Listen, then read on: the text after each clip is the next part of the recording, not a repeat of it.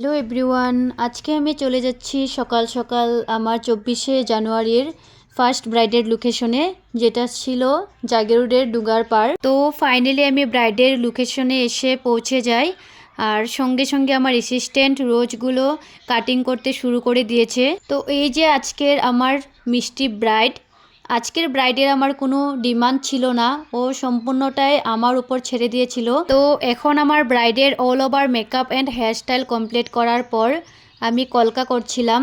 যেহেতু আমার আজকের ব্রাইড একটু গোলুমোলু ছিল, তার জন্য আমি ওর আজকে ফোরহেডটা সিম্পল একটা কলকা দিয়ে গাল কলকা করব ভেবেছি।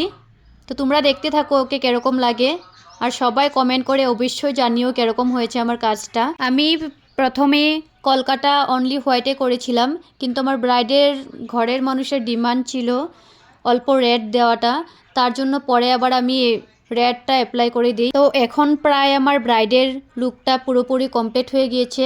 এখন ওর মুখ থেকেই শুনে নেব ওর কীরকম লেগেছে আজকের এই লুকটা। আর তার সাথে তোমরা সবাই অবশ্যই কমেন্ট করে জানাবে কীরকম হয়েছে আমার আজকের কাজটা।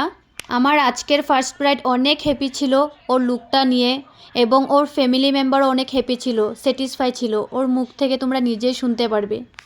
এটা আমার ব্রাইডের আজকের ফাইনাল লুক। সবাই জানিও কমেন্ট করে কীরকম হয়েছে। চোখটা বন্ধ করো, মেলো। এখন আমার ব্রাইডের মুখ থেকে শুনবো ওর কীরকম লাগলো। বলো কীরকম লাগলো তোমার? যেরকম চেয়েছিলে সেরকম হয়েছে? স্যাটিসফাই?